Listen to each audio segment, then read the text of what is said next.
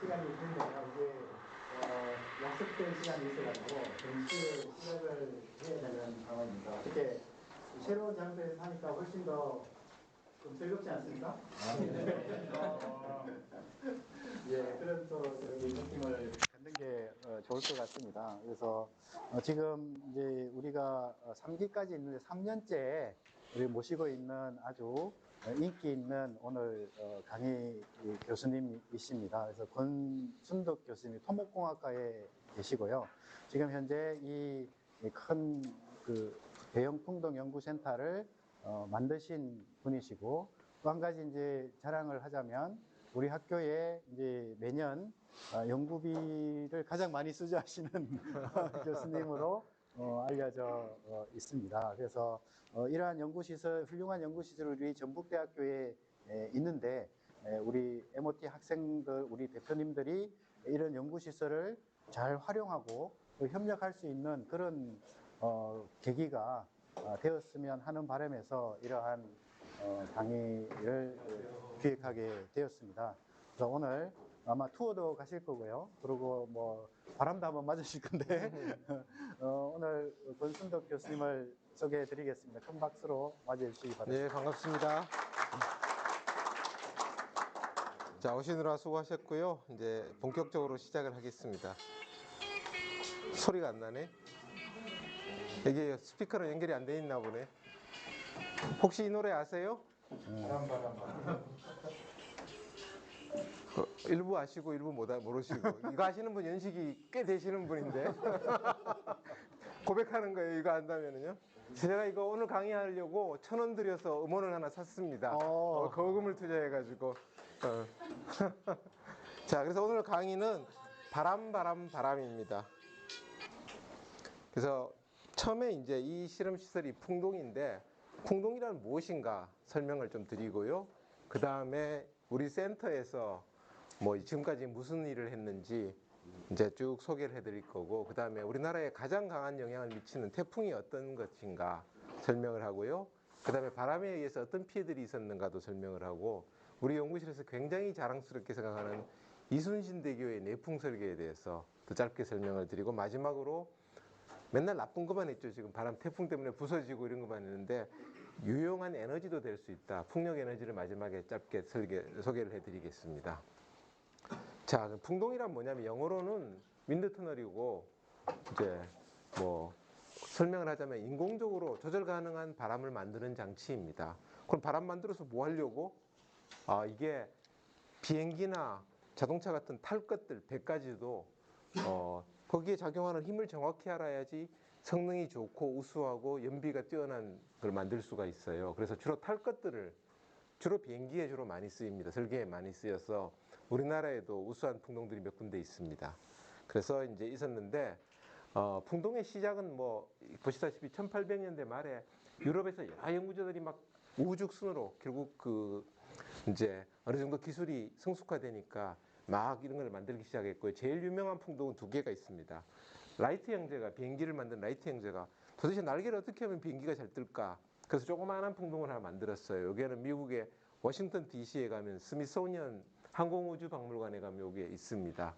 그리고 그와 비슷한 시기에 우리 에펠탑의 에펠 아시죠?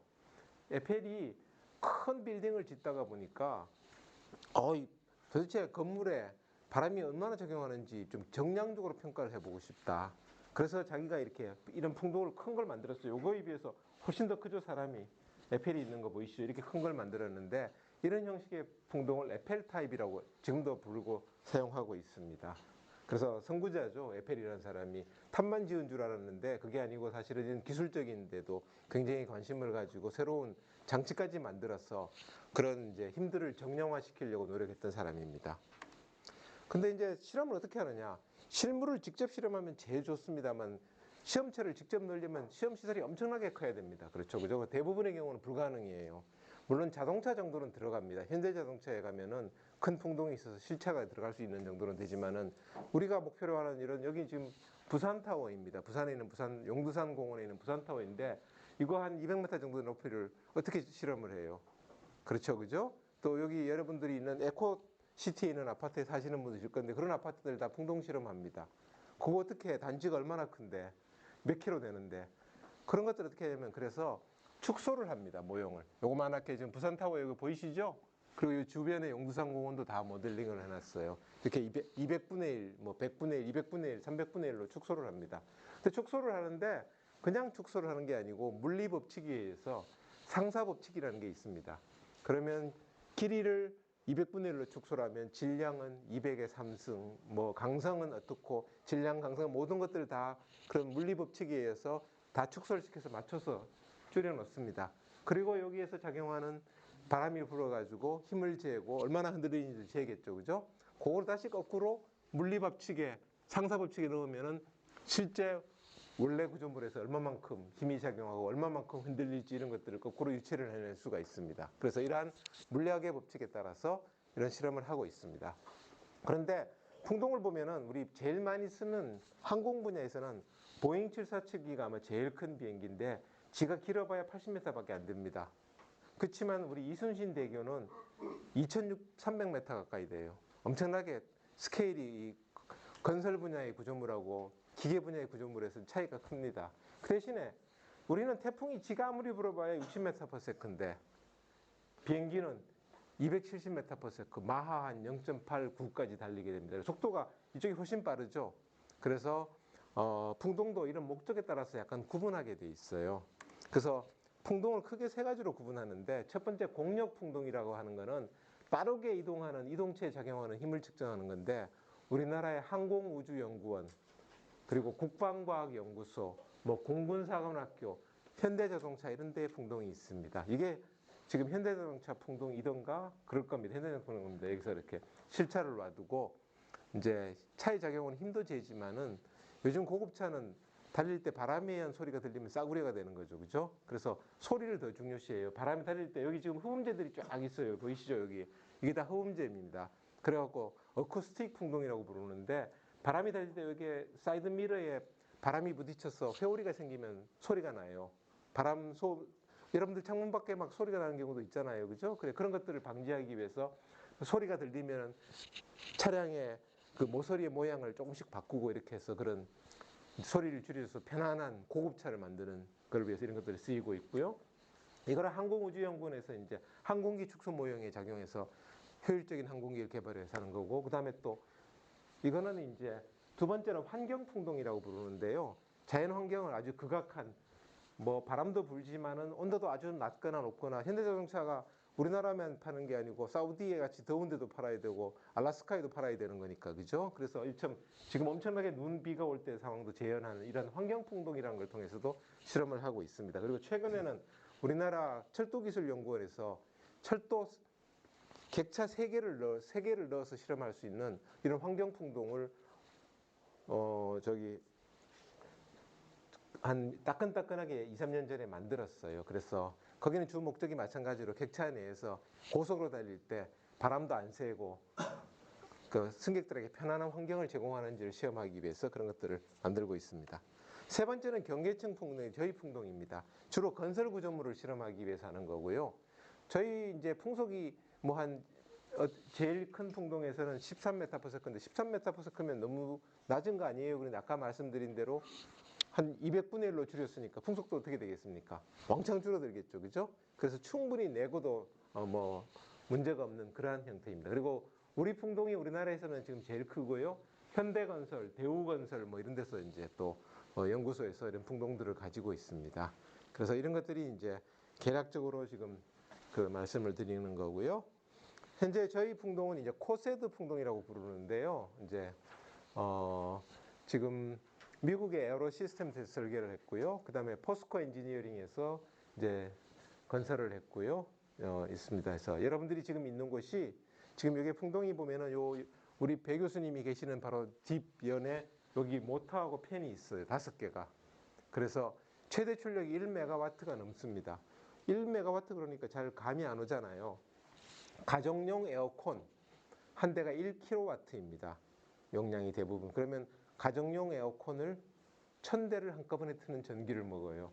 최대 출력은. 전기를 굉장히 많이 먹습니다. 그래서 혹시 학교에서 전기료 내라 그럴까 봐 바짝 쫄아가지고 그래서 학교 최대 용량 안 넘게 맨날 전기실에 용량 확인하고 출력 많이 낼 때는 확인하고 이렇게 이제 조심해서 이제 학교에 누를 끼치지 않게 이렇게 하고 있습니다. 학교는 쓴 만큼 전기를 내는 게 아니고 계약 용량으로 돼 있어요. 전체 기관별로. 그래서 그것만 안 넘어가면 그 안에서는 아무리 쓰더라도 별 문제는 없거든요. 대부분 큰 기관들은 그렇게 돼 있습니다. 그렇고요. 이제 여기서 팬에서 큰 선풍기입니다. 직경이 2m짜리인데 바람을 불리면 이렇게 2층에서 1층으로 돌아서 이렇게 계속 바람이 아래 위로 순환하는 구조로 되어 있습니다. 그리고 요 앞쪽에는 여러분들이 지금 앉아 있는 이런 그 회의실이나 뭐 연구실 같은 것들이 쭉 되어 있고 뒤쪽에는 또 그 연구 공간으로 되어 있고 그래서 워낙 큰 시설이고 세계에서 네 번째로 큰 실험 시설이기 때문에 보통은 건물이 있고 안에 실험 시설이 따로 있습니다. 대부분 그렇잖아요. 근데 이거는 워낙 커서 건물을 아예 실험 시설로 같이 설계를 했습니다. 그래서 복도가 바람이 통할 수 있는 통로로 해가지고 건설비를 줄 수 있는 거죠. 그렇게 아예 건물하고 실험 시설 일체화시켜서 설계를 했었고요. 2004년에 사업을 제가 수주를 했습니다. 국토교통부에 이제 재정 지원을 받아서 프로포절을 해서 돼가지고 했고 2009년에 완공을 했습니다. 이제 14년째 됐고요. 그래서 주 목적은 이제 우리나라가 이제 이만큼 먹고 살만해졌는데 그렇잖아요. 상당히 먹고 살만해졌는데 아니 맨날 왜 외국에 가서 실험을 하느냐. 큰 게 우리도 이제 있을 만한 게 됐다. 그래서 우리 자체에서 자립해서 기술을 하자. 그래서 국토부가 동의를 해줘가지고 6개의 큰 실험실 각기 다른 걸 지었어요. 그래서 저희가 풍동, 이제 그다음에 전남대가 해양실험시설, 부산대학교가 그다음 지진실험시설, 계명대가 재료실험시설, 카이스트가 집안실험시설, 명지대학교가 이제 그 구조실험시설 이렇게 6개를 지었고요.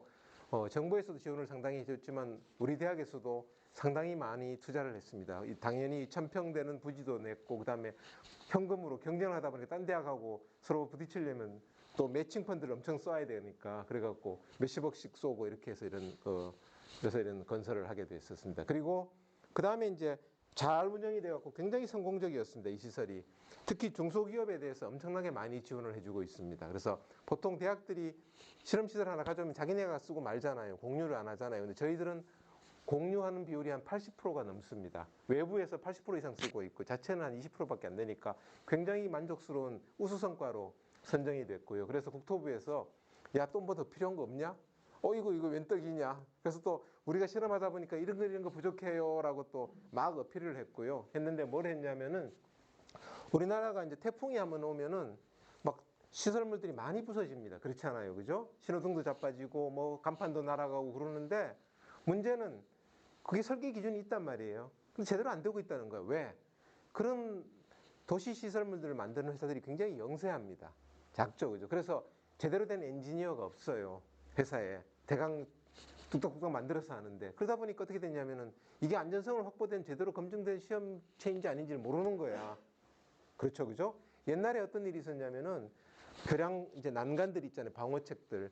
원래 차량이 그걸 받고 나서 강으로 떨어지면 안 되는데 박아버리니까 다 부서져서 차로 강에 떨어져서 큰 사고가 났어요. 어떤 일이 있었냐면 한강에서 버스가 박는 바람에 한 30년 전에 버스가 통째로 한강에 떨어져 있어요. 막으라고 설치는 교량 방어책이 방어를 못하고 같이 떨어져 버리는 말도 안 되는 일이잖아요. 그죠? 그래서 국토부가 어떻게 했냐면 교량 방어책은 반드시 실물 충돌 실험을 하게 했습니다. 그래서 도로공사에 실물 충돌 실험실을 만들고 바로 정면을 박는 건 아니고 비스듬하게 이렇게 박고 나서 다시 원상태로 돌아가게 하는. 그리고 나서 등급을 매기고 나서부터는 요즘 그런 뉴스는 안 나오잖아요. 그죠? 그래서 제일 좋은 게 뭐냐? 실물 실험하는 거다. 그래서 영세한 업체들이 자기들이 이제 기술적으로 그거를 정밀하게 설계할 능력이 없을 경우 만들어 온 걸 보고 테스트해가지고 안전하면 어떻게 됩니까? 인증을 해주면 제일 좋은 거 아니냐. 그렇죠? 바람이 약한 해안 전남 지역에 태풍이 찾아오는 데는 등급이 높은 강한 거를 해주고 뭐 1등급을 하고 내륙에 있는 바람이 약한 데는 3등급 정도 해도 되지 않겠어요. 그죠? 즉 이런 걸 하면 된다. 그래서 우리 도시 시설물과 시민들의 안전을 지키기 위해서는 그런 실물 실험을 할 수 있는 실험 시설이 필요하다. 그래가지고 새로 바로 옆에 들어오면서 노란 색깔 크레인 큰 시설을 봤죠. 그걸 지었습니다. 그래서 53m/s까지 바람을 불 수 있어요. 53m/s 어디냐면 태풍 3등급입니다. 저 정도로 충분해요? 뭐 우리나라 매미 때 60m/s가 왔다는데 그건 아닙니다. 우리나라에 왔었던 역사상 가장 셌던 태풍은 매미하고 사라 60년대 왔던 두 개인데 매미는 제주도에서는 태풍 3등급이었어요. 그러다가 우리나라 남해안에서는 태풍 2등급으로 내려갔습니다. 아직 우리 본토에서는 태풍 3등급이 온 적이 없습니다. 그래서 이 실험시설이 뭐 우리나라에 역사상 왔었던 가장 큰 태풍을 재현하고도 남는 시설입니다. 그래서 만들어졌고요. 여기 안에 지금 여기 있는 여기 5개가 팬이 들어있다 그랬잖아요. 이거는 9개가 들어있습니다. 3x3으로 3열 3행으로 9개가 들어있고 그게 엄청난 바람을 만들어서 위로 바람이 들어가서 돌아와서 위로 나오게 여기 시험체를 넣게 되어 있습니다. 지금 보시면 사람이 요만한 크기로 있는데요. 되어 있고요.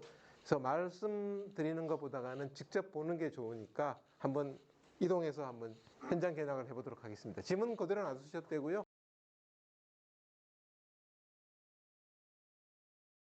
왜 들어가는 거 아니에요? 싹 가고.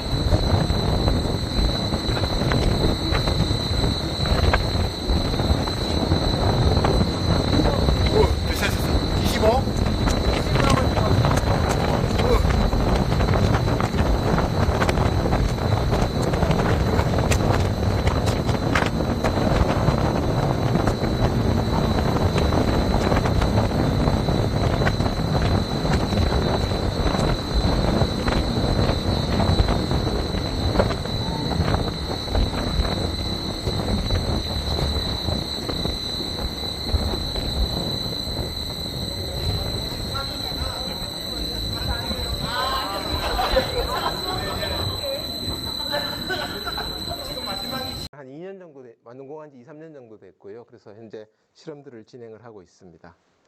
저희 센터는 아까 말씀드린 대로 국토부에서 이제 지원을 해줘서 저희가 운영하고 있고요. 콜라스 인증 저희가 받았다고 자랑스럽게 떠들고 있습니다. 그리고 저희가 이제 주로 많이 했던 프로젝트를 좀 한번 설명드리겠습니다. 교량 실험인데요. 뭐 여러 가지 실험들을 많이 했었는데 이거는 이제 옛날에 초기엔 내셔널 지오그래피에 와서 이렇게 사진을 뭐 찍어가고 이렇게 다큐멘터리 한다고 해서 했는데 보니까 역시 조명이 다르죠. 이렇게 저희가 찍었던 거 여기 보면 딱 하니 그래서 저희가 시그너처 사진으로 쓰고 있습니다. 우리 이승호 박사가 있는데 이렇게 확실히 뭔가 전문가는 다르더라고 조명이 이렇게. 그 다음에 저희가 자랑스럽게 생각하는 이순신대교 여수하고 저기 광양을 연결하는 그 다리죠, 그죠? 우리나라에서 제일 길고 세계에서 한 5번째로 길어요. 그래서 탑과 탑 사이가 1.5km가 조금 넘습니다. 어마어마하죠. 1.5km 이상을 공중에 떠 있어요, 매달려가지고. 그런 다리고요. 한번 가보시면 아주 주위의 경치가 좋습니다. 그리고 그래서 저희가 이 다리 설계를 했었고요. 그 다음에 뭐 저희가 조금 이따 저런 건 다른 거 다시 말씀드리겠습니다. 여러 가지 긴 다리 실험들을 많이 했고요. 외국 다리들도 여러 번 실험을 했었습니다. 베트남, 쿠웨이트, 칠레, 인디아 했고 조만간 다음 달에 저기 필리핀에 있는 또 마닐라를 가로지르는 만에 엄청 큰 다리인데 미국 회사에서 설계 중인데 풍동 실험을 저희 풍동에서 5월 달에 할 예정으로 있습니다. 그 다음에 빌딩도 뭐 여러 가지 실험을 많이 했었습니다. 그리고 지형 모형, 예를 들면 뭐 이런 큰 지형들이 산악 지역에서 바람이 어떻게 부는가를 판단하기 위해서 지형 모형을 해놓으면 훨씬 정확하게 예측할 수 있겠죠, 그죠? 그래서 골바람이 어떻게 되는지 이런 것들도 지형 모형을 통해서 하고요. 풍력 발전기 실험을 많이 했었습니다. 많이 해가지고 여러 가지 이제 특히 중소기업들이 풍력 발전기를 새로 만들어봐서 이제 성능을 테스트해달라고 왔어요. 근데 오면 재밌는 게 있어요. 그래서 이제 중소기업들이 엔지니어들이 많이 없잖아요. 그 사장님이 기계과 출신이 오시면은 잘 돌아가고 이렇게 막 튼튼해요. 근데 전기는 안 나와 제대로 출력이 안 나와. 사장님이 전기과 출신이 오시면은 전기는 잘 나오는데 자꾸 뭐 변형이 생겨 무너지려고 그래요. 겁나 이거 이제 실험 못하겠다. 구조적으로 약해요. 그래갖고 사실은 기계하고 전기가 딱 매치가 돼야 되는데 기계 엔지니어, 전기 엔지니어가 동시에 갖춰 있는 중소기업들이 별로 없더라고요. 그러다 보니까 이런 풍력 발전기 실험해 보면은 자기들은 뭐 설계했는 출력이 얼마나 그러는데 사실 반도 안 나오는 경우들이 거의 태반이었었습니다. 그리고 좀 막 본인의 막 희망에 차서 아이디어를 막 가져와서 새로운 형식의 풍력 발전기라고 막 가져오셨어요. 내가 보기에는 별로 출력이 오히려 더 나쁠 것 같은데 왜 저렇게 했는지 모르는데 막 희망에 차서 오셨는데 돌려보면 전기가 안 나와. 그래서 왜 이러지 이러고 다시 가시고 뭐 이런 경우들이 많이 있었습니다. 그다음에 최근에 이제 저희들이 이 태양광 발전 단지도 실험을 꽤 했었습니다. 요즘 이제 보면은 이 플로팅 솔라팜이라서 수상 태양광이 있는데 일본 최대 수상 태양광이 몇 년 전에 박살이 났어요. 호수에 있던 것들이 태풍 때문에. 그래서 태풍 때문에 밀려가서 제가 잘 기억이 안 납니다만 한 1기가와트 이상이 됐던 거로 기억을 하는데 그게 이제 태풍이 밀려가서 완전히 그냥 불나고 뭐 한테 쌓여갖고 난리가 났었는데 아직 이 분야들도 이제 설계 기준이 없으니까 예를 들면 발주처도 그냥 풍속 60m까지 안전하게 딱 그 한 줄만 넣어놓더라고요. 그래서 이게 무슨 말도 안 되는 소리냐 이러는데 이제 지금 새만금에다가 이제 조그만하게 뭐 시범으로 이렇게 하고 있는데 이런 것들이 이제 그러다 보니까 이제 이런 사업 하시는 분들이 도대체 그 풍압이 얼마 걸리느냐 이런 걸 좀 측정해 보자 해서 이렇게 어웨이로 만들어 가지고 이런 실험들도 했고요. 개별적으로 예를 들면 뭐 트래커의 모터 성능을 이제 돌아갈 때 하기 위해서 하거나 이런 태양광 실험들도 요즘 많이 좀 하고 있는 상황입니다. 그 다음에 뭐 중소기업들이 이렇게 도로 표지판 뭐 여러 가지들을 만들어 와 가지고 이렇게 또 성능 테스트해서 잘 되는지 이렇게 하는 실험들도 하고 있고요. 그 다음에 뭐 군사용 목적의 이런 것들이나 선박 실험도 꽤 하고 있고요. 무인 항공기 같은 것들도 하고 있고요. 그 다음에 펜스도 꽤 여러 건 왔었습니다. 그래서 예를 들면 목책도 있고 이렇게 방풍림이라 부르죠. 저런 거 실험하기 되게 싫어해요, 이거. 왜 그러냐면 처음에 이거는 야외 풍동 지어지기 전인데 이게 나뭇잎이 떨어서 들어가서 펜으로 들어가면 어떡해, 고장 나면은. 그런데 이제 야외 풍동은 괜찮아요. 그래서 혹시 여기서 이제 그 농업 쪽에 관련된 분이 있으시면 저희들이 이제 뭐 나무가 얼마 정도면 뭐 가지가 부러질지 아니면 낙과가 언제 생길지 이런 것들 실물 실험이 가능하거든요. 그죠? 근데 나무 하나 통째로 베어봐서 과일이 익은 상태에서 딱 박아놓고 바람 불리면 제일 확실하잖아요. 그보다 더 확실한 게 어디 있어요. 그죠? 그래서 아니면 또 뭐 벼나 이런 것들이 바람이 어느 정도 올 때 무너지는가. 외국에서 아마 그런 연구들을 하는 걸 꽤 많이 봤었습니다. 작물들이 어느 정도 풍속에 지지할 수 있는가 이런 것도 있고 방풍 또 펜스도 치잖아요. 그런 것들이 성능들도 검증이 안 된 상태에서 방풍 펜스들이 이제 과수원 같은 데 많이 쓰여 있는데 그게 메쉬가 어느 정도 될 때 적합한지 뭐 그런 것들도 여러 가지를 할 수 있는 그런 사항들이 있습니다. 그래서 관심을 가져주시기 바랍니다. 그래서 우리 야외 풍동에서 이런 것들은 이제 마음껏 할 수가 있는 환경이 됐습니다. 그 다음에 이제 뭐 하다가 보니까 뭐 별걸 다 해요. 이게 태극기인데 생산기술연구원하고 또 어디더라 섬유연구원인가하고 같이 했는데 꼬이지 않는 태극기를 개발해달라 이런 국책과제로 그 사람들이 가져왔어요. 그래서 왜 꼬이지 않는 태극기? 저건 뭐 하려고? 그랬더니만 우리 고속도로 가다 보면 엄청나게 높은 기둥을 세워놓고 태극기 큰 거 걸어놓은 것들 있잖아요. 그게 가끔 꼬인대요. 그럼 어떻게 해야 됩니까? 누군가가 올라가서 그걸 풀어야 돼. 그죠? 자주 생기니까 그것도 엄청 관리하는 입장에서는 스트레스 엄청 받잖아요. 그러니까 이제 꼬이지 않는 태극기를 좀 개발해 주세요. 이래 돼갖고 두 가지를 했었는데 섬유연구원에서는 뭘 했냐면 천 재질 자체를 이제 주름이 안 생기는 그죠? 그런 재질로 해서 이제 했고 그 다음에 고리를 생산기술에서는 고리를 또 이렇게 꼬이지 않게 이렇게 하는 걸 해갖고 저희들 와서 이제 실험을 해갖고 한 것도 있었고요. 그 다음에 소방청에서 의뢰를 받아갖고 이제 소방관들이 사실은 작업이 얼마만큼 바람이 불 때 가능한지를 알아야 되잖아요. 그죠? 자기들도 위험해지면 안 되니까. 그래서 내부적으로 소방관들이 어느 정도에서 작업이 가능한가, 뭐 들 것도 가고 전기톱도 들고 일본 전기톱도 들었어요. 그래서 우리 이 덕진 소방서에서 상당히 많은 분들이 협조를 해주셔가지고 오셔가지고 소방관들이 또 사람의 체격마다 다르잖아요. 그래서 간호사들 이제 구조 담당하시는 여자분들도 오시고 여러 가지 해봤는데 이제 그래서 이렇게 작업 가능한 풍속도 해봤고 현대자동차에서 납품되는 이 사고 났을 때 세우는 겁니다. 그래서 저게 18m/s까지 자빠지거나 돌아가면 안 돼요. 근데 자동차 고속도로에서 자동차가 바람을 일으키잖아요. 세워놓은 게 넘어져 버리면 어떻게 됩니까? 안 되잖아요. 그렇죠? 그래서 요거를 반드시 실험을 해요. 그래서 이제 실험하면은 이 제작업체에서 오고 현대자동차에서 또 직원이 와요. 그래서 지켜보면서 검증 실험을 해서 우리가 인증서를 써주면은 이제 현대자동차에 납품이 되는 걸로 이렇게 진행을 하고 있습니다. 그 다음에 자전거 이제 또 실험을 좀 여러 번 했었습니다. 그래서 우리 배준수 교수님이 출퇴근할 때 자전거 타신다고 그랬는데 배 교수님 얼마짜리 타세요? 아니 저는 제가 사본 제일 비싼 자전거는 40만 원이었는데 아니 우리 실험하러 오는 자전거인데 이제 그때 대학원생 중에 한 명이 자전거에 관심이 많은 친구가 있었는데 이 자전거 되게 비싼 거래요. 그래서 비싸면 한 100만 원 정도 할까? 그랬는데 자전거가 알고 보니 1200만 원이래. 바퀴 빼고 프레임만.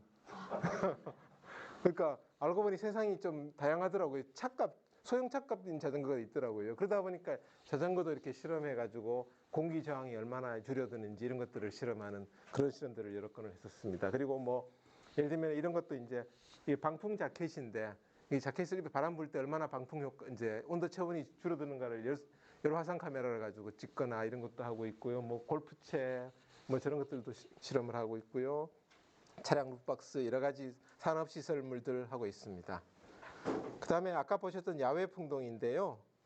저희들이 드론 실험을 많이 했었다고 했잖아요. 그죠? 이런 실험을 했었는데 동영상을 한번 보시겠습니다.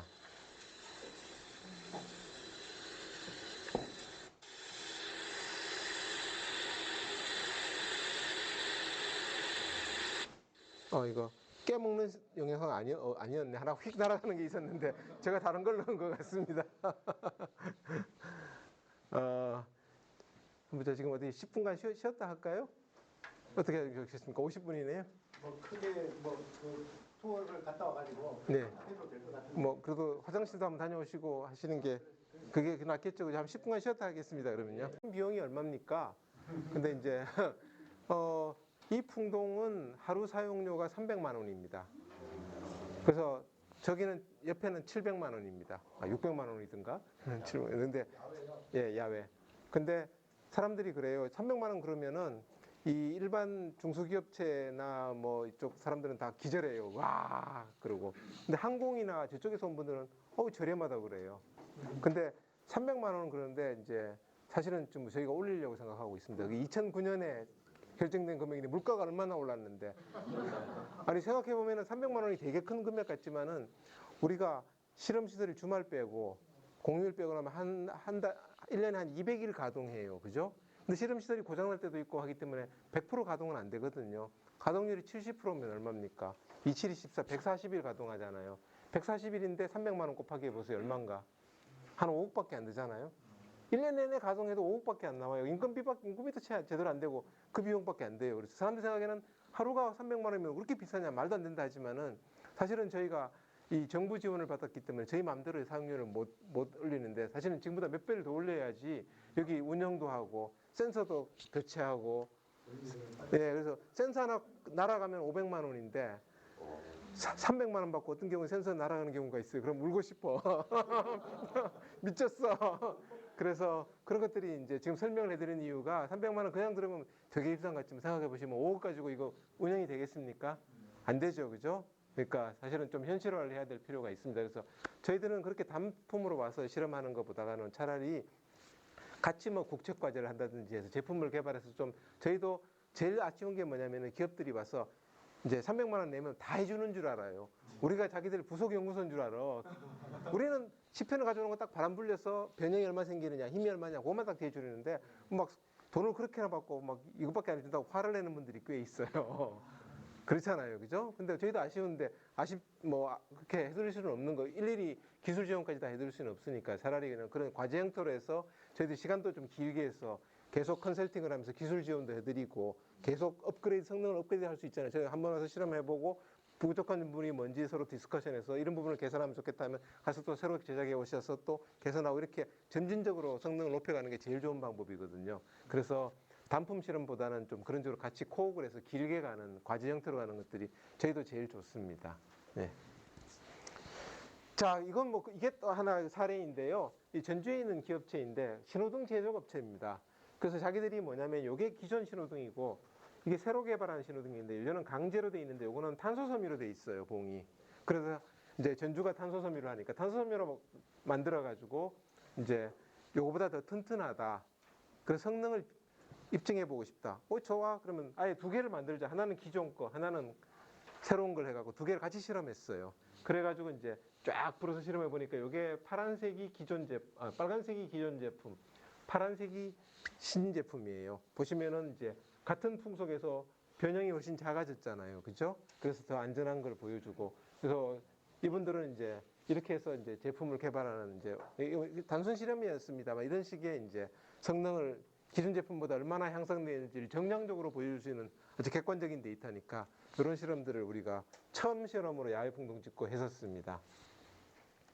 그 다음에 이제 저희들이 몇 가지 뭐 했는데 예를 들면 투명 방음벽, 방음벽이 얼마만큼 겹치는지를 보기 위해서 했었고요. 텐트 업체가 와가지고 바람이 얼마까지 텐트를 견디느냐. 저희가 위에 비를 뿌릴 수 있는 장치도 있습니다. 그래서 비까지 올 때, 예, 텐트 지금 강우까지 해서 비바람이 불 때 텐트가 얼마나 견디고 텐트 안에 누수가 없는지 이런 것들을 하는 실험들을 했었고요. 뭐 낚시용 재킷, 또 이거는 방금 말씀한 것이 이거 아닌가요? 충전용 캐노피? 뭐 그거 뭐 이상하긴 한데요. 경쟁제 회사 건가요?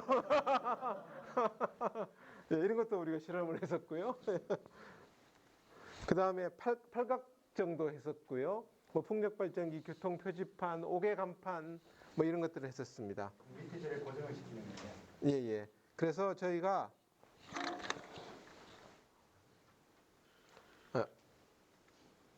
아이고. 안 되겠죠. 잠깐만요. 이렇게.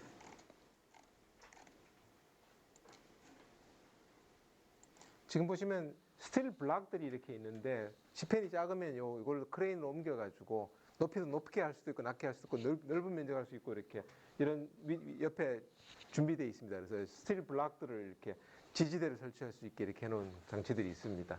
그래서 저걸 레고처럼 조립해가지고 지펜의 크기에 따라서 고정할 수 있게 만들어 놨습니다. 그 다음에 실물 파괴 실험인데요.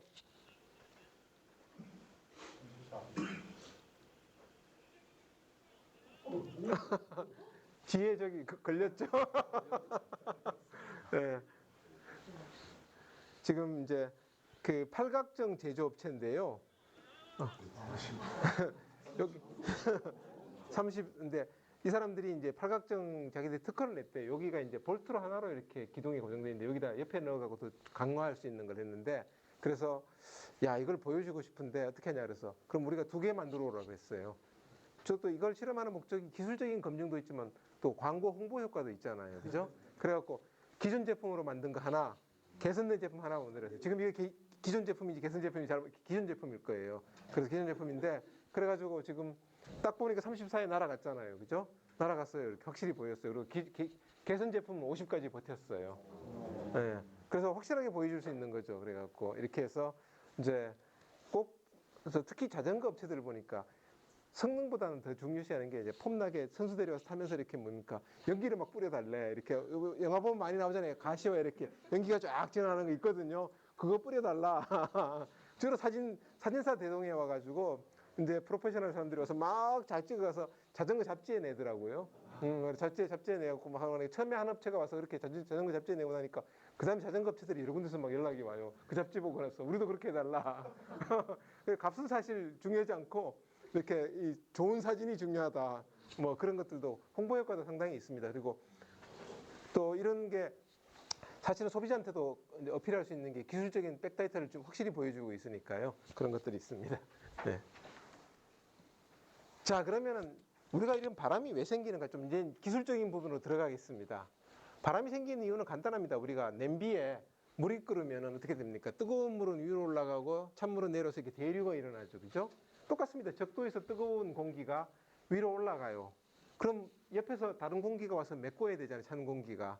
그렇죠. 그죠? 근데 저기 북극에서 남극에서 바람이 오기에 너무 길어. 지구가 너무 커. 그러니까 한 번에 못 오고 어떻게 하면 중간에 한 번씩 서로 3번 정도 이렇게 바꿔요. 그죠? 그래서 이제 결국 바람이 생기는 일은 열순환이더라. 그죠? 저번에도 했고. 그 다음에 지구가 돌아가잖아요. 자전을 하잖아요.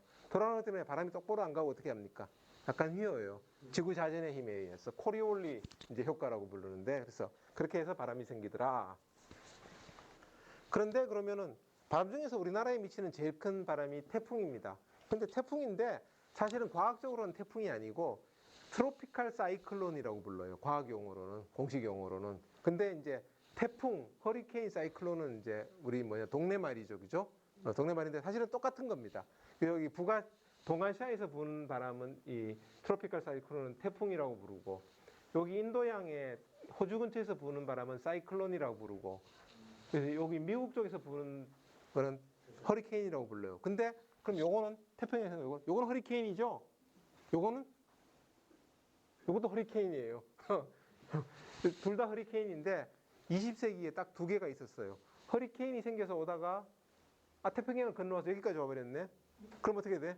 이름을 또 한 번 더, 같은 태풍인데 이번에는 허리케인도 있고 태풍도 있어요. 그렇게 딱 두 개가 있었습니다. 이렇게 오는데. 그래서 이렇게 돼 있고요. 사람들이 물어봅니다. 태풍과 허리케인 누가 더 세? 어느 게 더 세? 그리고 질문하는 사람 많아요. 어느 게 더 셀까?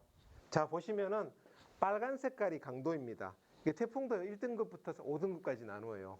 그래서 아까 우리가 매미가 제주도에서는 3등급이었고 남해안은 2등급이라 그랬잖아요. 그죠? 우리나라에는 3등급 이상 온 적은 없습니다. 왜 그럼 3등급 이상 없어요?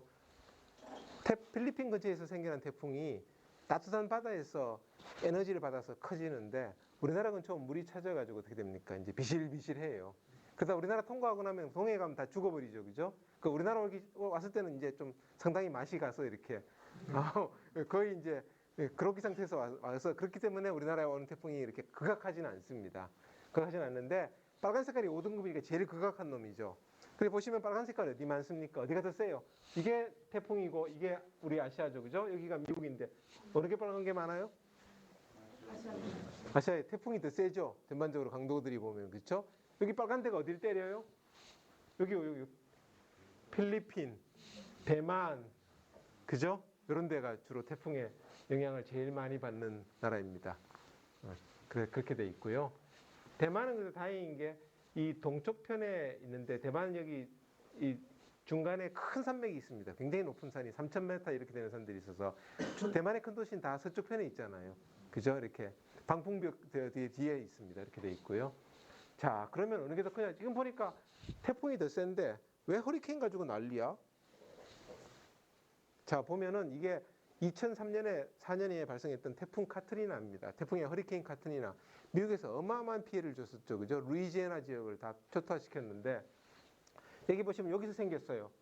이게 지금 색깔이 이제 생겨갖고 점점점 커져 여기서 5등급이 됐어요. 그죠?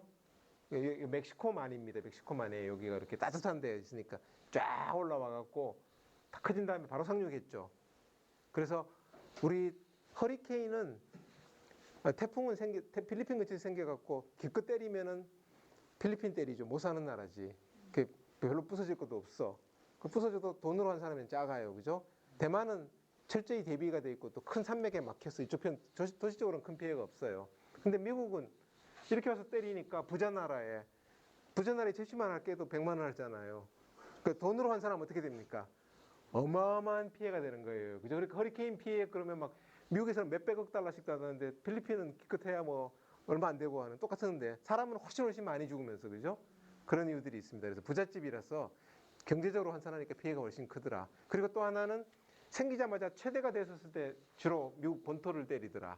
그죠? 우리나라처럼 좀 죽은 다음에 올라오지 않고 그래서 이렇게 허리케인 피해가 많이 보도되고 있습니다. 그리고 또 언론도 미국에서 주로 하기 때문에 주로 피해들이 주로 거기서 많이 보도되고 있고요.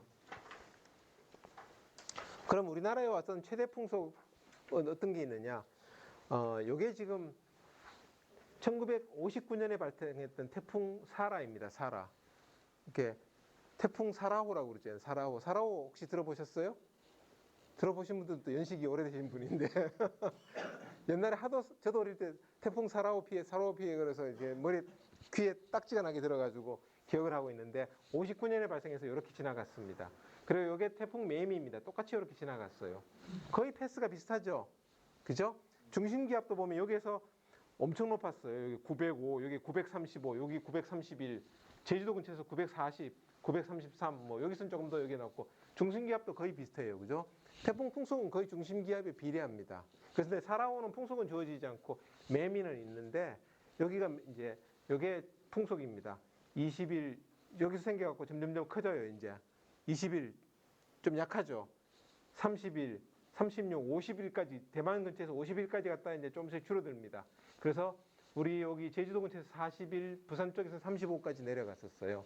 그래서 네이버에 보면은 태풍 매미 풍속그럼 60m/s라고 나옵니다. 그래서 나오죠, 그죠? 나오면서 막 어떤 사람 막 그래요. 막 60m/s까지 안전해야 되는데 막 그러고 하는데 그건 뭐냐면은 제주도에 가면 고산이라는 기상 관측소가 있어요. 거기서 60이 찍힌 건 맞습니다.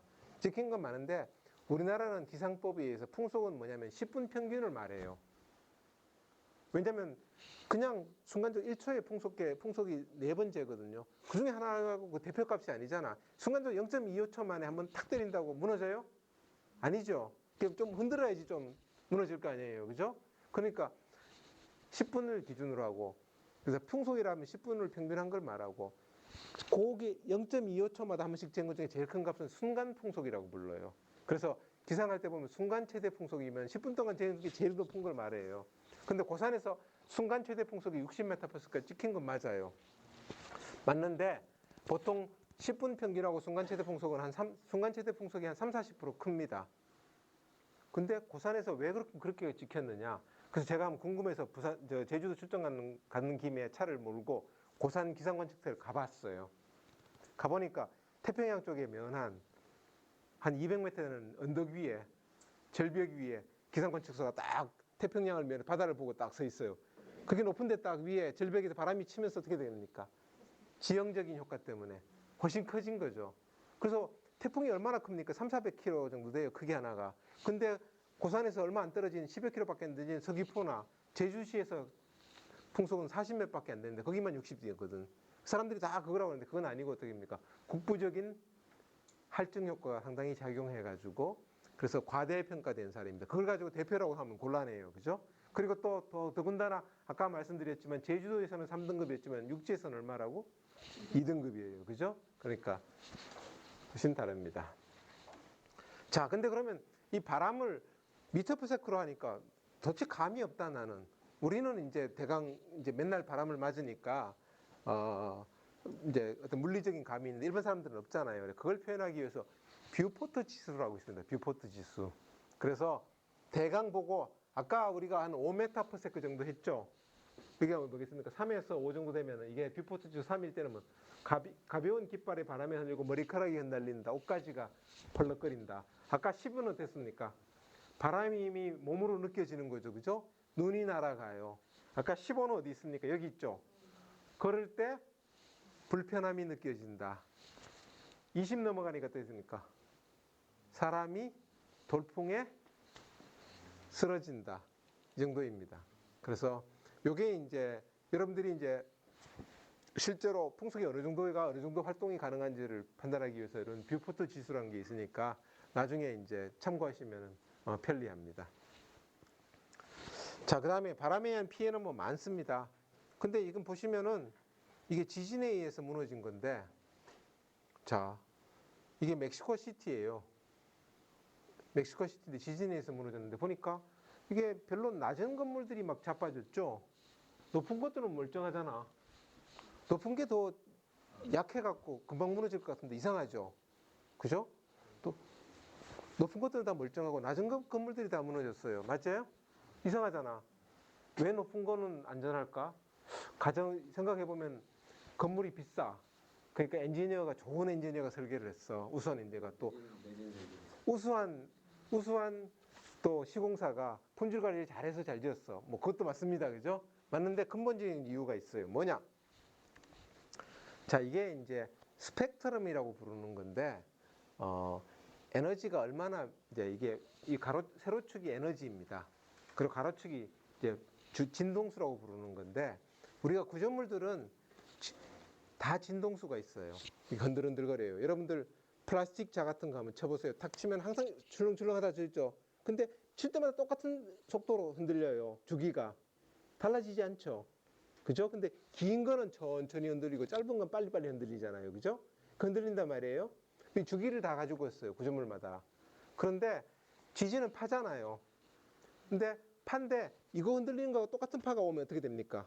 공진이 일어나요. 훨씬 커지는 거죠. 여러분들 그네가 바로 그런 공진을 이용하는 거예요. 그네가 흔들흔들 할 수 있는 주기가 있죠. 그죠? 근데 내가 딱 이 관성력을 넣으면은 잘 맞춰서 넣으면 점점점 커지잖아요. 진폭이. 잘하는 사람들은 막 거꾸로 돌기까지 하잖아.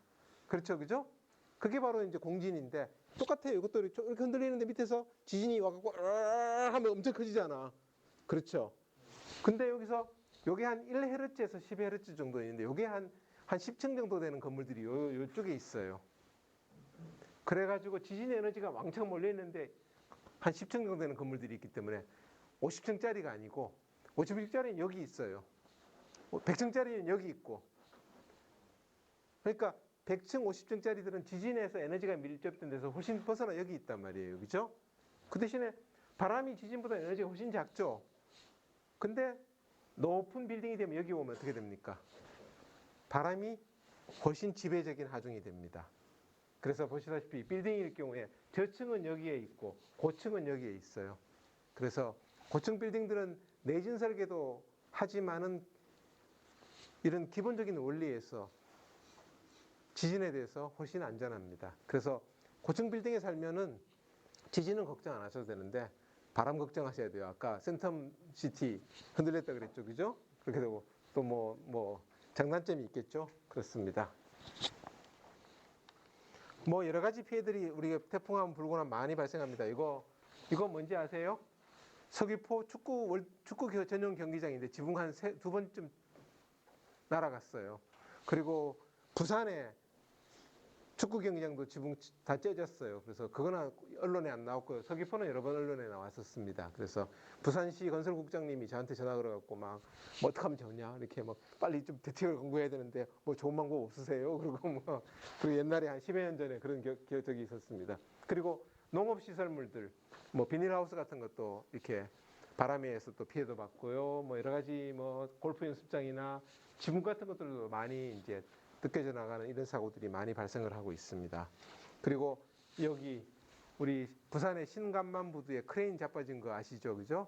아시는데 제가 여기 감정위원이었었는데 결국 이제 부두 운영사 동부, 그 다음에 부두 건설사 대우, 그 다음에 크레인 제작사 한진 세 군데가 약 30%씩 이제 저기 피해 조사가 났었습니다. 그래서 왜 그랬냐 그러니까 이제 저게 크레인이 총 7대가 있었는데 크레인이 레일을 따라서 쫙 옆으로 움직이게 돼 있어요. 그런데 그걸 잘 결박을 해야 돼. 그렇잖아요. 그죠? 근데 어떻게 파괴가 났냐면 1호기, 제일 바깥쪽에 있는 1호기는 멀쩡히 서 있었고 2호기에 결박이 풀린 거예요. 바람에 밀려서 레일을 따라서 어떻게 합니까? 쭉 가죠. 3호기를 쳐. 3호기가 풀렸어. 2, 3호기가 또 단체로 가서 4호기를 쳐. 또 단체로 가서 마지막에 7호기에 가서 어떻게 됩니까? 한꺼번에 다 자빠져 버린 거예요. 그래서 지금 크레인들이 서로 막 같이 자빠져 있죠. 그런 거예요.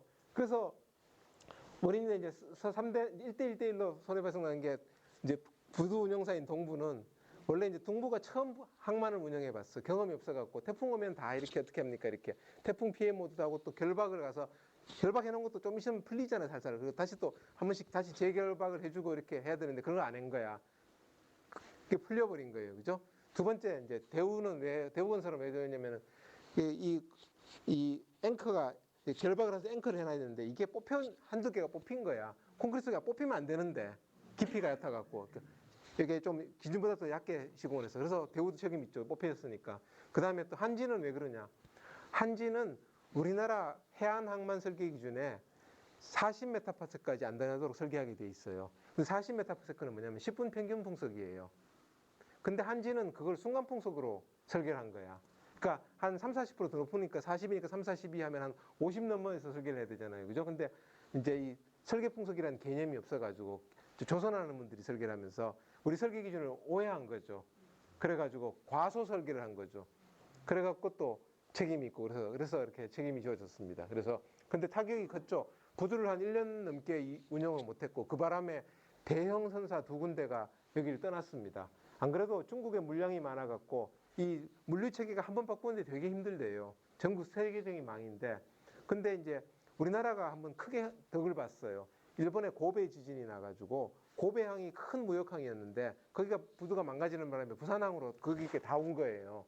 그래서 재미를 많이 봤는데 중국의 물량이 좀 많아지니까 중국으로 직접 가고 싶은데, 근데 그 조정하는 게 쉬운 일이 아니거든요. 그랬다가 부산항이 저렇게 되니까 어떻게 됩니까? 상하이항으로, 텐진항으로 바로 옮겨버린 거예요. 대형 선사 2개가 떠나버렸었죠. 그런 일이 벌어졌었습니다. 뭐 그다음에 뭐 송전탑도 무너지고요. 그다음에 뭐 여러 가지 사례들이 많이 있습니다. 예를 들면은 1940년에 타코마 네로교라고 이렇게 다리가 세계에서 3번째 긴 다리 부셔 먹었어요. 아마 여러분들 대학교 다닐 때 공대 나오신 분들은 물리학 시간에 이거 비디오 많이 봤었을 겁니다. 그죠? 세계에서 3번째로 긴 다리를 부셔 먹은 그런 사고도 미국입니다. 저거. 지금 어디냐면 시애틀 바로 아래쪽에 있는 타코마나라는 곳인데, 그 우리 시애틀의 잠 못 이루는 밤이란 우리 영화 혹시 보셨어요? 네, 거기에 나왔던 이제 그 시애틀에 있는 다리고요. 그 다음에 이제 요거는 러시아에 있는 다리입니다. 이거 2000년 들어 최근 다리인데 러시아 애들은 이제 맛이 간 것 같아. 기술적으로 얼마 안 되는데 다리 이렇게 해갖고 실험도 안 하고 어떻게 됩니까? 이게 뭐지 막 무슨 꿈틀꿈틀거리는 것 같죠. 그죠? 바람에 의해서 진동이 생겨서 이런 일들이 이렇게 다리도 벌어지고요. 그 다음에 또 이렇게 저기 그 일본에 있는 다리인데 이거는 이제 세계 처음으로 알려지는데 케이블이 바람 불 때, 비바람 불 때 이렇게 또 진동하는 현상도 있고요. 뭐 이러다 끊어지겠죠. 지금 보이면 그죠? 이런 현상들이 있고, 뭐 이런 현상들이 막 벌어지고 있어. 이렇게 공학이라는 게 잘 모르는 현상인데 이런 피해가 발생하면은 그 원인을 조사하다가 보니까 이유가 뭔가 조사해 보니까 아 이런 현상이 있었구나. 그렇게 해서 대부분 많은 공학들이 어떻게 합니까? 시행착오로 발전을 많이 했었어요. 그 지어놓고는 일단 뭘 만들어서 써봐야 되잖아. 쓰다 보니까 뭔가 문제점이 생겨. 다시 그걸 개선하는 책을 내고 이렇게 해서 계속 발전해 왔고요. 이런 구조물도 마찬가지로 이런 과정을 겪어서 이렇게 했었습니다. 그 다음에 뭐 많은 다리들이 있는데 지금 보시면 케이블도 많이 떨고 있죠. 이렇게 그죠? 우리나라에도 안 알려져 있는데 우리나라는 숨기는 거 진짜 고수예요. 이런 사고 나면 무조건 언론부터 맞고 나서 시작하는데 이런 사례들이 꽤 많이 발생하고 있습니다. 교량들의 케이블들도 있고요. 아이고, 뭐 송전탑도 많이들 발생하고 있습니다. 아이고 어디 갔나? 또 지나가 버렸네.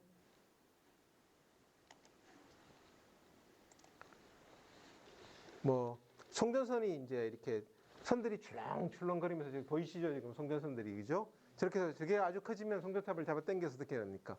전도가 되죠. 저런 사고들도 꽤 발생합니다. 특히나 송전선에 눈이 쌓이면은 원래 송전선은 동그란 단면이잖아요.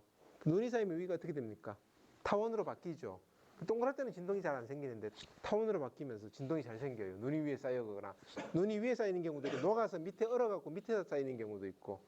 그래서 어떤 일이 있었냐면 한 30년 전에 그 퀘벡, 캐나다의 퀘벡이라는 주가 있잖아요. 저 동쪽으로 퀘벡이라는 주가 있는데 퀘벡 하이드로라고 유명해요. 캐나다는 수자원이 풍부해서 그쪽은 퀘벡 하이드로에서 수력 발전으로 전기를 다 공급해요. 그리고 도시에서 어떻게 합니까? 난방도 다 전기로 해요. 부자나라라서 우리처럼 막 깨서 안 떼고 하는데 송전선들이 퀘벡 지방으로 가는 게 다 작이 나버린 거야. 그래서 사람들 어떻게 합니까? 사람들 많이 얼어 죽었어요. 집에 가구 다 부셔갖고 가구 불 떼서 버티고 뭐 그렇게 해서 막 복구할 때까지 꽤 몇 주 동안 겨울에 엄청난 심각한 피해를 입고 그래서 이 퀘벡 하이드로가 이런 송전선 연구를 굉장히 많이 합니다. 자기들이 엄청나게 크게 난리가 나서 그런 것들이 벌어지고 있습니다. 그다음 최근 일인데요. 요거 이순신대교 진동 났는 거 벌써 이제 한 10년 됐는가 혹시 기억나세요? 이순신대교 이제 한번 저기 막았었는데 잘 기억 안 나세요? 네. 제가 TV에 출연을 많이 목소리만 출연했었습니다. 현장에 있었는데 이제 뭐 이렇게 전화로 이제 뭐 하고 뭐 이래가지고 인터뷰를 많이 했었는데 이제 뭐 와류 진동이었는데 이거는 제가 설계를 한 이제 단면 형상을 했잖아요. 그게 문제가 뭐였냐면은 여수 엑스포에 맞춰서 아직 다리가 완전히 100% 된 건 아니었는데 임시 개통을 했어요. 그러고 나서 이제 여수 엑스포 끝나니까 다시 또 교량을 막고 마지막 포장 공사를 해요. 근데 그때 겨울이었어요. 포장을 하는데 아스팔트가 일반 아스팔트가 아니고 아주 특수한 아스팔트였어요. 그래갖고 왜냐하면 쇠로 된 데다가 붙여야 되잖아. 그죠? 그냥 흙에다 이렇게 아스팔트 까는 게 아니고 쇠로 된 붙이니까 막 에폭시 접착하는 건 아스팔트였는데 이게 겨울이니까 온도가 내려가니까 잘 부착이 안 되는 거예요. 그래서 거기를 다 난간을 다 그 천막천으로 다 막고 감싼 다음에 그러니까 원래는 난간도 저희가 열 몇 가지를 실험을 했어요. 바람이 잘 통하게. 근데 다 막아버리니까 바람이 어떻게 못 가고 어떻게 됩니까? 이 진동을 일으켰어요. 그래서 전화를 제가 6시쯤 받았어요. 저녁 6시, 5시인가. 진동이 났어요. 큰일 났어요. 이렇게 너네들 무슨 짓 했냐. 그러니까 뭐 이렇게 천막 쳐놨고 다 막았대. 야, 그거 빨리 째! 그랬거든요. 그러니까 인부들이 커터칼 들고 쫙 하면서 4km예요. 4km. 쫙 다 째고 한 2시간 떨고 나서 그 다음에 이제 째고 나서 이제 중지된 거예요. 그래서 이제 그런 일이 있었던 교량이고 이제 뭐 내가 보시면 뭐 이거 만지도 출렁다리 보이면 보시죠, 그죠? 연대도 만지도가 어디 통영에 있나 봐요. 이렇게 이런 사고들 여러 가지 사례들이 많이 있습니다. 진도대교도 이렇게 떨었어요. 이 두 개가 떨고 뭐 이런 사고들이 심심치 않게 이런 것들이 발생을 하고 있습니다.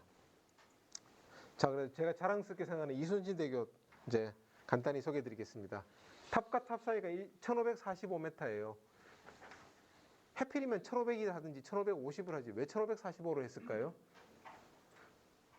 그 건설회사들이 이런 프로젝트 달라고 온갖 무슨 가져다가 다 해요. 뭐 아파트 선정할 때 보면 뭐 온갖 미사역으로 뭐 표현했자는데 저기 이순신대교 탄신일이 1545년이래.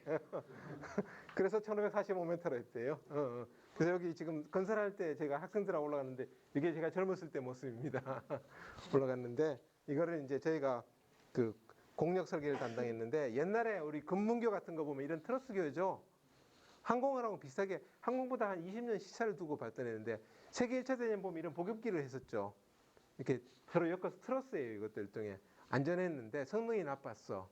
그러다가 이제 항공기를 어떻게 합니까? 이렇게 금속으로 이렇게 박스를 만들어 속이 비어 있어요. 이런 걸 만들었는데 교량도 이렇게 따라서 이렇게 만들기 시작했어요. 그래서 시차를 발견하게 이런 걸 했는데 우리도 똑같이 교량도 이렇게 발전하고 있고요. 이건 이제 실험을 여러 가지를 했었습니다. 뭐 온갖 실험들을 여러 가지를 해서 안전성을 한 2년에 걸쳤어. 이순신대교 설계 이제 단면 형상을 외부 형상을 저희들이 해봤었어요. 이렇게 돼 있는 형상인데 그게 어떻게 생긴 거냐면은 이렇게 생긴 겁니다. 보시면 항공기 날개 2개를 뒤집어 놓은 형상이에요. 그리고 중간에 바람기를 만들어 놨어요. 진동이 왜 생기냐면 밑에 면하고 위에 면에 압력차가 있으면 발생을 하는데 구멍을 뚫어 놓으면 어떻게 됩니까? 바람이 통해버리면 압력차가 안 생기겠죠. 그죠? 그렇게 해서 이런 걸 했었고요. 그 다음에 저희들이 자랑스럽게 생각하는 게 뭐냐면 이런 연구를 했는데 이거를 이제 대림산업이 가져가서 이야기도 안 하고 무단으로 뭐 국가의 돈을 받아서 하는 거니까 뭐라고 이제 공식적으로 이제 그거는 못하지만 자기들 설계안을 써서 이 프로젝트를 땄습니다. 세계에서 제일 긴 다리이고 터키의 차나칼레 브릿지라는 게 있는데 2km가 넘어요. 세계에서 이제 제일 긴 다리고 한 3년 전에 3, 4년 전에 완공됐습니다. 그래서 저희들이 국제과제로 해갖고 이제 뭐 했던 것들을 그대로 가져가서 해갖고 뭐 자랑스러운 일이긴 하죠, 그죠? 저는 이제 국가적으로 위상을 쌓는데 큰 이제 기여를 할 수 있었다는. 근데 아무도 관계자만 알고 있지 아무도 몰라요. 그 다음에 이제 마지막으로 풍력 에너지를 간단히 한 5분, 10분 정도 하고 끝내도록 하겠습니다. 자, 풍력 에너지를 연구를 하는데 사람들이 그래요. 덴마크는 뭐 국가 전체 에너지의 몇십 프로를 풍력이 담당한다. 독일도 뭐 그렇다. 그러면은 왜 우리나라는 안 되느냐? 기술이 떨어져서 그런가? 꼭 그런 건 아닙니다. 자연 환경이 중요해요. 그죠? 자연 환경이 중요하다.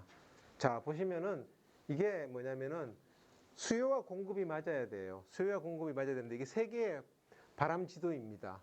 자, 보시면은 여기가 색깔이 빨간색이 더 진해 갈수록 고동석에 가까울수록 굉장히 풍력 에너지가 많은 곳이고 연하게 파란색으로 갈수록 바람이 약해가지고 풍력 에너지 개발하기가 안 좋은 겁니다. 그래서 요 정도 연두색 정도는 돼야지 어떻습니까?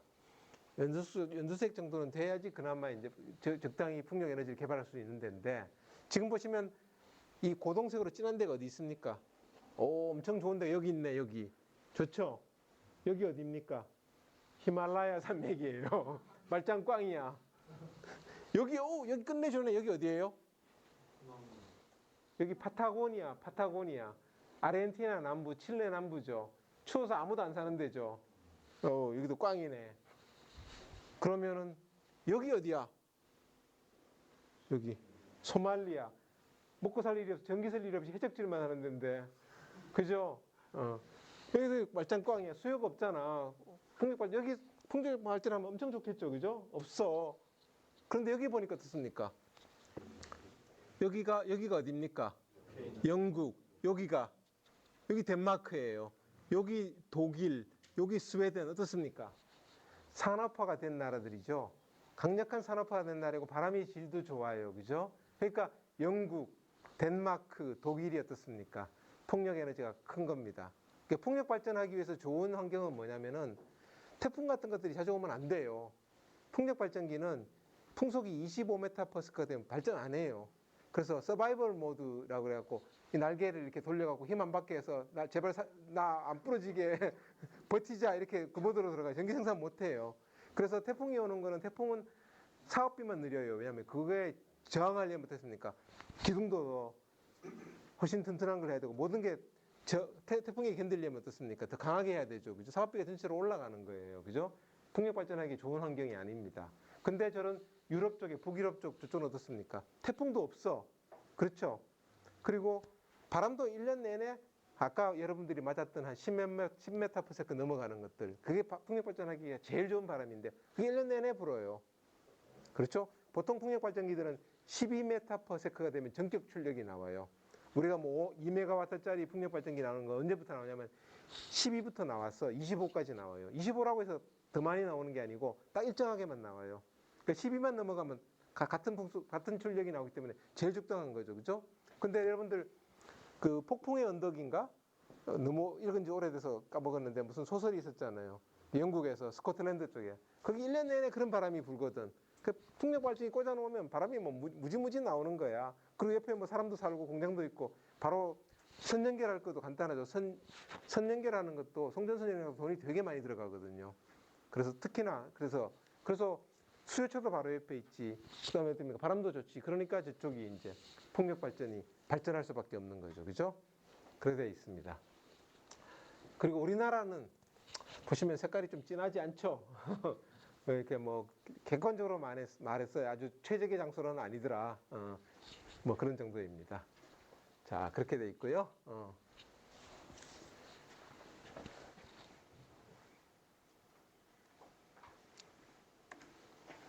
뭐 이렇게 지금 동그라미 친 저 지역에서 현재 풍력 발전 산업이 가장 발전해 있는 지역이 왜 그러냐면 딱 수요와 공급이 일치하더라, 그죠? 그렇게 되어 있는 상황입니다.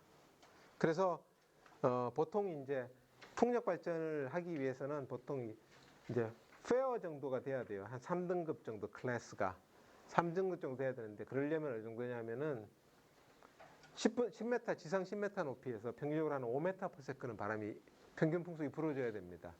근데 우리나라는 대부분 전주 같은 경우에도 한 2.4 뭐 이 정도밖에 안 됩니다. 전주가 2.4 m/s밖에 안 돼요. 그러니까 풍력 발전하면은 이제 돈 안 나오죠. 풍력 발전도 프로젝트 파이낸싱을 해야 되는데 이제 야반도주하는 일이 생길 수가 있어요. 세워놓고 나면, 그죠? 전기 팔아서 사업비 갚고 그다음에 나도 좀 주머니에 챙겨야 되는데 이게 전기가 안 나와. 야반도주해야 되는 그런 상황이 생길 수 있는 위치입니다. 네. 바다 쪽으로 갈수록 환경이 좋습니다. 그래서 주로 이제 바다 쪽에 세우려고 하는 게, 그 대신에 바다에 세워놓으면 공사비가 훨씬 더 많이 들어가요. 초기 투자비가. 그래서 제일 좋은 거는 이제 바다 말고 바다 바로 옆에 있는 해변에 세우는 게 제일 좋겠죠, 그죠? 그런 상황입니다.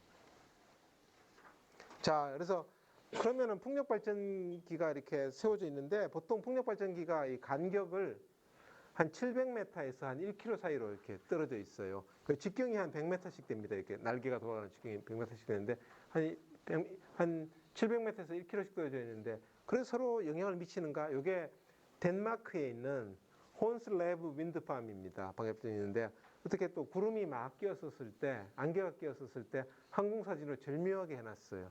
보시면은 여기 앞에 넘버원이 있죠, 그죠? 넘버원이 있는데 뭐 이거든 보시면 여기에서 이제 돌아가면서 이 구름이 막 교란돼서 뒤에 놈은 어떻게 됩니까? 때리고 보이죠, 그죠? 그래서 아까 제가 말씀드린 대로 맨 앞에 놈이 100% 출력을 내면은 뒤에 놈은 이런 교란된 바람을 맞으면 풍속도 많이 낮아져요. 여기서 에너지를 뺏어가니까 한번 걸러주니까. 그리고 또 지저분한 바람이 됩니다. 그 지저분하면 또 출력이 많이 떨어져요, 성능이. 그래서 뒤에 놈은 70%, 그 뒤에 놈은 60%, 그 뒤에 놈은 50% 이렇게 되는 상황입니다. 그래서 이런 일들이 벌어져서 뒤에 이제 출력이 30에서 40%씩 뒤에 놈들은 다 떨어져 버려요. 그런 현상들이 발생을 합니다.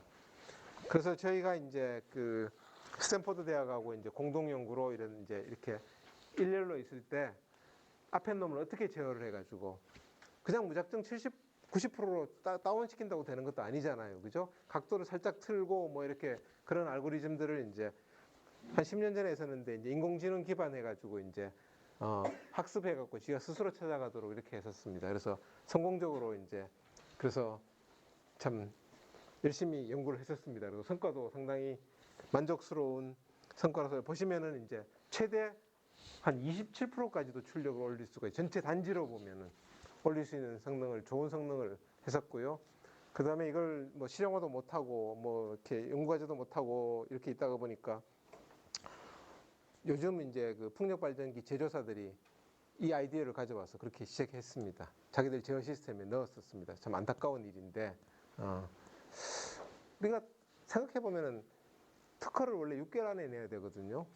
6개월 지나면 이제 논문 발표 하나 한 후에 6개월이 지나버리면 말짱 꽝이 돼버립니다. 그건 특허가 안 되고 공룡이 돼버리는데 항상 보면 뭘 내가 하나 발표해놓고 학술 같은데 발표하고 나오면 특허를 내야지 생각해보면 6개월 지났더라고.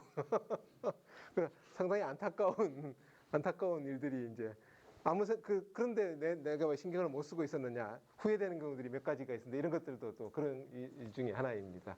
어쨌든 이제 지금은 그래서 이제 이것들이 일반 이제 발전사들이 이제 발전사가 아니고 풍력 발전기 제조 메이커들이 자기네 제어 시스템에 넣어가지고 그들 반영하기 시작했습니다. 자, 여기까지가 이제 대강 뭐 여러분들한테 개론적인 사항들을 설명을 드렸습니다. 자, 뭐 오늘 많이 보셨는데 뭐 질문 있으시면 제가 답변을 드리도록 하겠습니다. 네. 아까 저기 앉아서 하세요. 예. 한거 이렇게 봤을 때 그 숙소에서 모형 만드셨잖아요. 네. 대부분 다 이제 목재로 돼 있던데 네. 그 우리 카르마자리 그 플러트 현상도 그렇고 우리가 그 구조물 만들 때 뭐 콘크리트나 철근 구조물로 되어 있는데 그 목재로 이제 이렇게 만들어서 실험을 하면 그 어떤 그 구조체마다 이렇게 바람도 그렇고 바람에 이제 고유 진동수하고 뭐 구조체 고유 진동수들이 서로 다를 텐데 그 실험에 어떻게 그 코롤레이션이 되는 건지가 예. 궁금합니다. 예. 거기 이제 보시면 목재인데 이렇게 블락블락 떨어져 있죠. 네. 그 속에 보면은 금속 봉이 들어가 있습니다. 금속재가 들어가 있는데 안 보이는데 금속재가 그게 강성을 묘사를 합니다. 그리고 고위진동수를 맞춰주고요. 그 다음에 외피만 바람을 받아야 되니까 외피는 외부 형상 똑같아야 되잖아요. 그거를 이제 나무로 만들어 가지고 붙이는데 또 강성에 영향을 주면 곤란하니까 이렇게 서로 띄워 가지고 블락블락 만들어 놨었습니다. 그리고 뭐 저희가 이제 목재로 하기도 하고 플라스틱으로 하기도 하고 3D 프린팅도 하기도 하고 하는데 목재를 쓰는 이유는 이제 질량을 맞춰야 되는데 질량을 작은 거는 납을 살짝 넣으면은 이제 추가하는 건 아주 쉬운 일인데 깎아낼 수는 없잖아요. 그래서 주로 플라스틱 종류나 뭐 금속이나 다른 걸 쓰면 질량이 목표치보다 오버를 하면 안 되기 때문에 일단은 가볍게 만들려고 나무를 주로 사용하고 있습니다. 그래서 예. 예, 아니, 네, 끝났습니다. 예. 윤성진인데 네. 그 여기서 실험하셨을 때 그 데이터의 신뢰성하고 실제 적용을 했을 때 그 갭이 좀 어느 정도 그 신뢰를 갖는 건지 그 데이터가 네. 그게 좀 궁금해요. 그러니까 이제 실험 종류 중에서 많이 하는 실험들이 있습니다. 뭐 빌딩 실험이나 교량 실험은 이미 전 세계적으로 한 6, 70년 이상 실험해 왔는 거고 그거는 실험 방법 자체가 정립되어 있습니다. 그래서 그런 프로세스를 따라서 실험을 하면은 거의 이제 맞다고 알려져 있고요. 따로 이제 검증을 하지는 않습니다. 그래서 그 전에 이미 한 50년대, 60년대 그런 모형 실험을 하고 그 다음에 이제 실제 외부에다가 설치해 놓고 실측을 하고 두 개가 얼마나 비슷한지를 비교하는 실험들을 많이 했었습니다. 5, 60년 전에. 그래서 보니까 풍동 실험에서 이렇게 축소 모형에서 이렇게 하는 거하고 이렇게 실제에서 재는 거하고 비교가 상당히 일치하더라. 그래서 이제 그런 것들은 검증 단계를 넘어갔고요. 그래서 지금은 이제 뭐 저희도 따로 이제 불확도라든가 이런 걸 평가하는 것들은 뭐 콜라스 인증을 위해서는 하긴 합니다만 각각 실험마다 분석하지는 않습니다. 그거는 이제 그 단계는 이미 지났다고 보면 되고 방금 실험 방법 자체는 검증이 완료된 프로세스입니다. 예. 네. 반도체 제조 쪽에 일하고 네. 있는 원봉입니다. 네.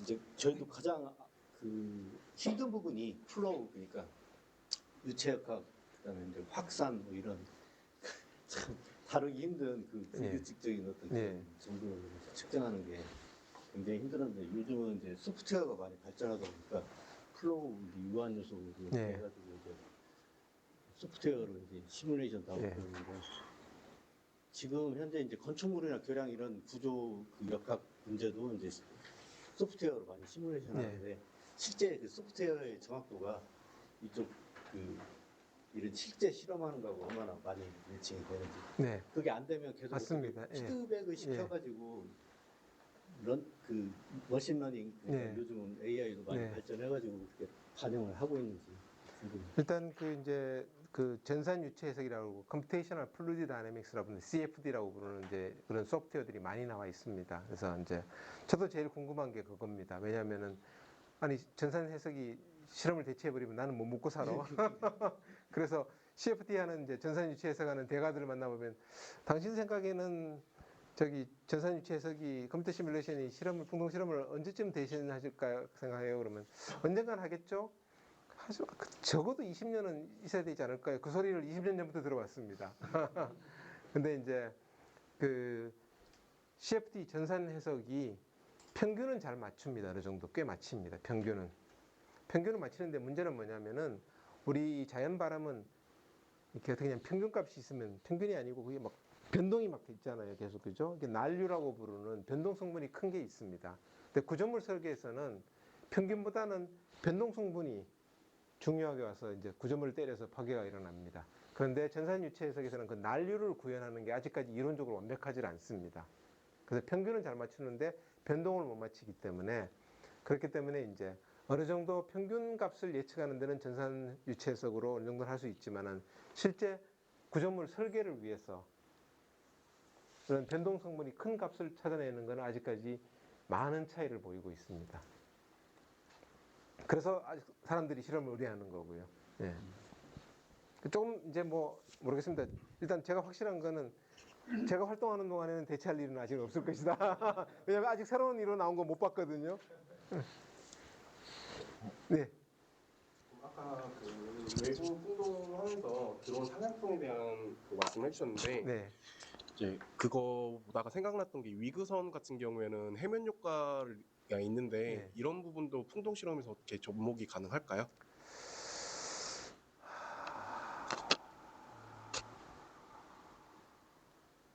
제가 예. 반응이 안 맞는 부분은 아, 예. 제가 완전히 항공 전공은 아니라서 이제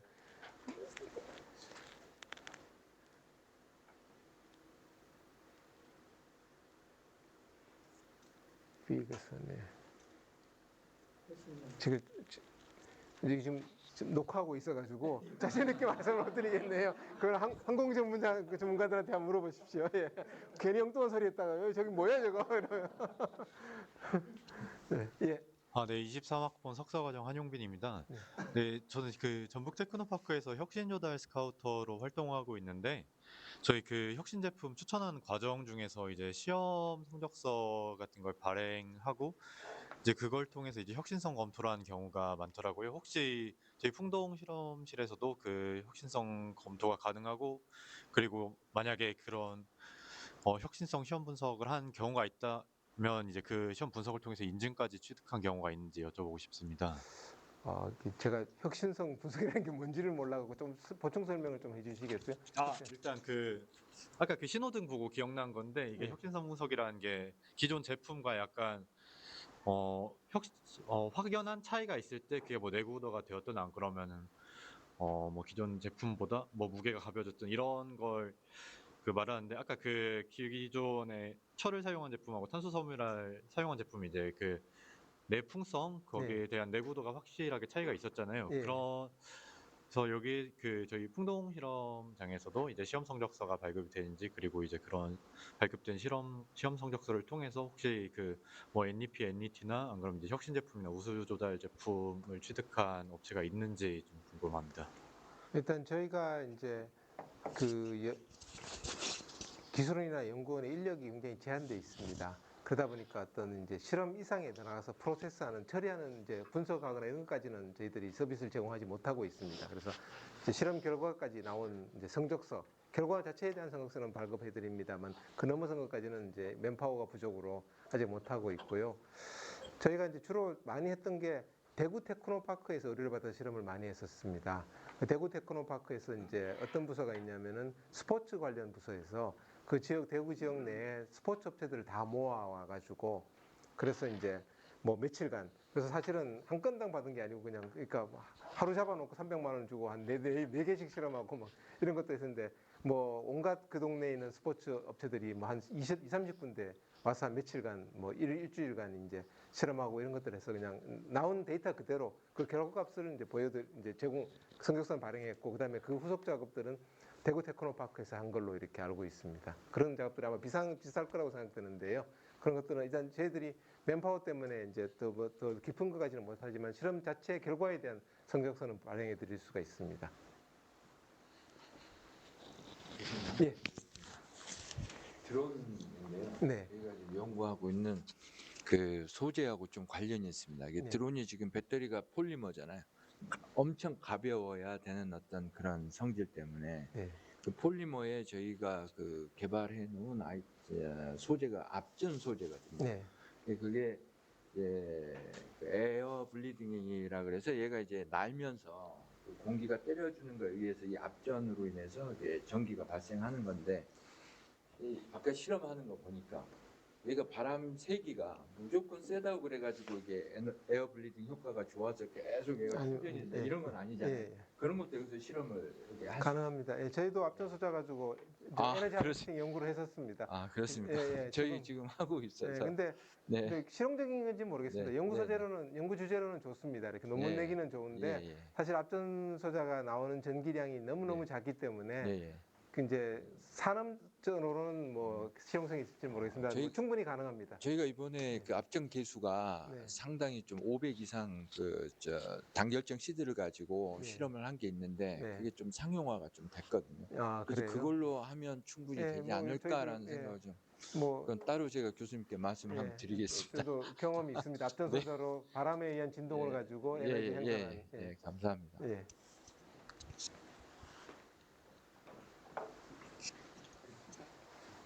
궁금합니다. 그 가시화 방법에서 그 구체적으로 어떻게 하나 이렇게 뭐 넓게 연기가 넓은 면을 흘러가는 게 이제 보이게 해서 그걸 촬영으로 해서 나중에 분석하는 이제 가시화가 두 가지 방법이 있는데요. 이제 뭐 여러 가지 방법이 있습니다. 이제 제일 한 거는 이제 연기 스모크 제너레이터라서 연기 발생하는 게 있습니다. 노즐을 통해서 연기가 이렇게 쫙 나옵니다. 그게 이제 선을 따라 쫙 나오니까 구조물을 부딪히면 그게 흘러가거나 유선을 볼 수가 있지 않습니까? 그래서 분리되는 거를 그 보통 이제 비디오로 사람들이 이제 그 업체들 많이 찍어갑니다. 이렇게 하는 방법이 있고, 요게 이제 한 가지 방법이 있고, 요거는 공학적인 건 아닙니다.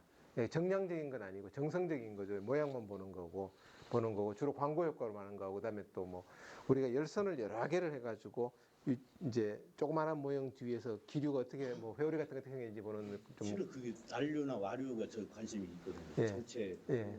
흘러가서 예. 얼마나 전체 예. 몇 프로가 나가는지 예. 확산해서 굉장히 머리가 아프거든요. 그래서 보통 저희가 하는 거는 이제 여기 코일선을 해놓고 거기다 이제 이제 오일을 쭉 공급하면서 이제 열을 가하면은 거기서 이제 이 기화가 되면서 오일들이 이제 유선이 나가는 거죠. 그럼 그 뒤에 보면 이제 흐름들이나 회오리 같은 것들을 갖다가 이제 보는 그런 방법들도 있고요. 뭐 테크닉은 이제 몇 가지가 있습니다. 예.